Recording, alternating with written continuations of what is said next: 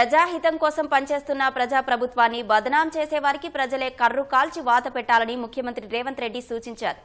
విద్య, వైద్యం తమ సర్కార్ తొలి ప్రాధాన్యమన్న సీఎం ఏడాదిలో 50,000 ఉద్యోగాలు భర్తీ చేసిన ఏకైక రాష్ట్రం తెలంగాణ అని స్పష్టం చేశారు. ప్రజాపాలన విజయోత్సవాల్లో భాగంగా ఆరోగ్య వేడుకలకు మంత్రులతో కలిసి ముఖ్యమంత్రి శ్రీకారం చుట్టారు. ఆరోగ్య తెలంగాణ తమ ప్రభుత్వ లక్ష్యమని ముఖ్యమంత్రి రేవంత్ రెడ్డి పునరుద్ఘాటించారు. హైదరాబాద్ ఎన్టీఆర్ మార్గులోని హెచ్ఎండిఏ గ్రౌండ్స్ లో ప్రజాపాలన విజయోత్సవాల్లో భాగంగా నిర్వహించిన ఆరోగ్య వేడుకల్లో ఉప ముఖ్యమంత్రి భట్టి విక్రమార్క, మంత్రులు రాజనరసింహ, పొన్నం ప్రభాకర్ తో కలిసి సీఎం రేవంత్ రెడ్డి పాల్గొన్నారు. వైద్యారోగ్య రంగం బలోపేతం కోసం ఏడాదిలో ఎన్నో సంస్కరణలకు శ్రీకారం చుట్టామని వివరించారు. 10 ఏళ్లలో నిర్లక్ష్యానికి గురైన రంగాలను ఒక్కొక్కటిగా గాడిన పెడుతున్నట్లు రేవంత్ రెడ్డి పేర్కొన్నారు.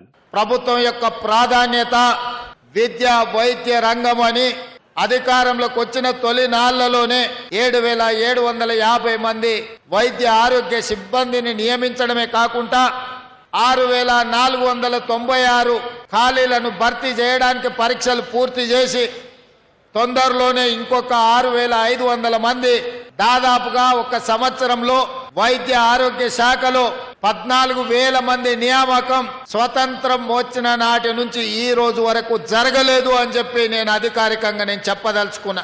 ఒక రాష్ట్రం ఒక సంవత్సరం లోపల ప్రభుత్వ ఉద్యోగాలు 50,000 పైన నియామకాలు చరిత్రలో జరగలేదు. మొదటిసారి తెలంగాణ రాష్ట్రంలో మన ప్రభుత్వం, ప్రజాప్రభుత్వం ఈ దేశ చరిత్రలోనే ఒక గొప్ప చరిత్రను నెలకొల్పడం జరిగింది.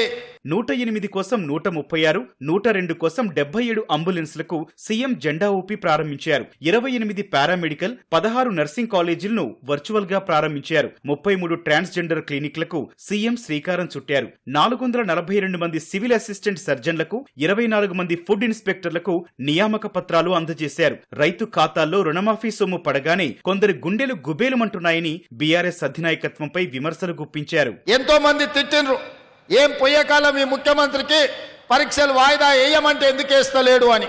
నేను ఒకటే నిర్ణయించుకున్నా, ఇవాళ ప్రక్షాళన చేసిన తెలంగాణ పబ్లిక్ సర్వీస్ కమిషన్ మా పనితనానికి ఒక గీటురాయి. విద్యాశాఖ స్వయంగా నేనే పర్యవేక్షిస్తూ ఈరోజు ఈ మంచి నిర్ణయాలు తీసుకున్నాము. ఈ ప్రభుత్వం ముందుకు వెళ్తుంది.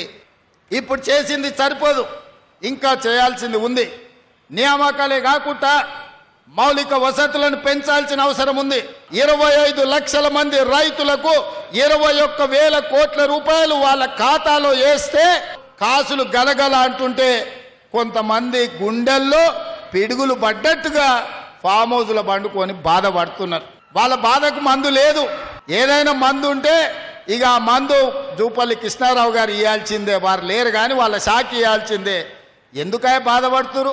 ప్రజాహితం కోసం పనిచేస్తున్న ప్రజాప్రభుత్వాన్ని బద్నాం చేసే వారికి వచ్చే స్థానిక సంస్థల ఎన్నికల్లో ప్రజలే కర్రు కాల్చి వాత పెట్టాలని ముఖ్యమంత్రి రేవంత్ రెడ్డి పిలుపునిచ్చారు. ఎవరిన్ని ఆటంకాలు కలిగించినా అభివృద్ధిని నిరాటంకంగా సాగిస్తామని స్పష్టం చేశారు. అంతకుముందు వరేసుకుంటే ఊరేసుకున్నట్టే అని చెప్పారు గత పాలకులు. కానీ మేమేమన్నాం, వరి వెయ్యండి, సన్నాలు పండించండి, 500 రూపాయలు బోనస్ ఇస్తా అని నేను చెప్పిన. 10 సంవత్సరాలు ఈ ప్రభుత్వం ఉంటుంది. ఎవరు అడ్డం పండుకున్నా, ఎవరు నిలువు పట్టినా, ఎవరు కాళ్ళలో కట్టెబెట్టినా సంక్రాంతి పండుగ ముందల గంగిరెద్దులు వస్తాయి, దూడు బసవన్నలు వస్తారు. సన్నాయిలు ఎన్ని ఊదినా, గంగిరెద్దులను తెచ్చి ఎన్ని దండాలు పెట్టించినా వాళ్ళ లక్ష్యమంతా రేపు వచ్చే సర్పంచ్ ఎన్నికలలో ఓట్లే తప్ప రైతుల కష్టాలు కాదు, రైతులను ఆదుకోవాలన్న ఆలోచన కాదు.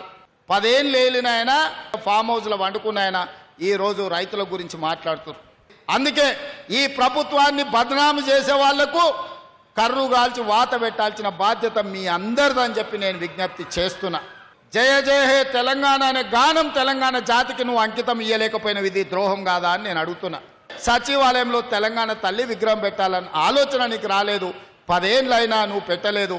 ఇవాళ మేము పెడుతున్నాం కదా December 9 నాడు అని నేను చెప్తున్నా.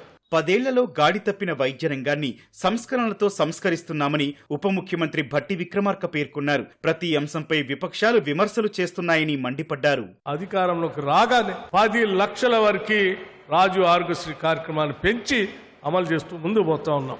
ప్రభుత్వానికి సంబంధించినటువంటి ఆసుపత్రులన్నింటినీ కూడా ఎక్విప్మెంట్ బాగా ఇచ్చి, మందులు టెన్షన్గా ఇచ్చి, అక్కడ పనిచేస్తున్నటువంటి వైద్యులకు జీతాలు ఇచ్చి ఈ ప్రభుత్వం వైద్యం మీద ప్రత్యేక దృష్టి సారించి ముందుకు పోతుంది అని చెప్పడానికి సంతోషించడే కాదు, గర్విస్తా ఉన్నాం.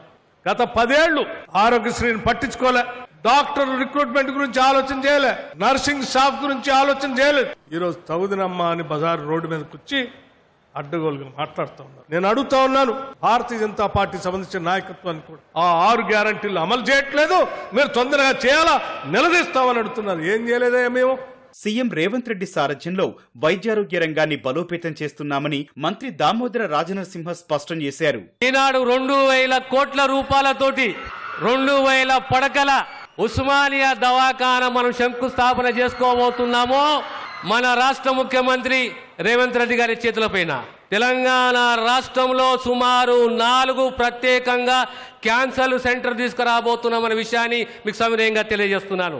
ముఖ్యమంత్రి గారు స్పందించి గాంధీ మెడికల్ కాలేజ్కు, ఉస్మానియా మెడికల్ కాలేజ్కు 200 కోట్ల రూపాయలతోటి హాస్టల్ భవనాల మంజూరు, శంకుస్థాపన చేయడం జరిగింది. రాష్ట్ర ఆరోగ్య రంగంలో చేయాల్సిన పనులు మరిన్ని ఉన్నాయన్న సీఎం ఆ దిశగా మరింత ఉత్సాహంతో ముందుకు సాగుతామని అన్నారు.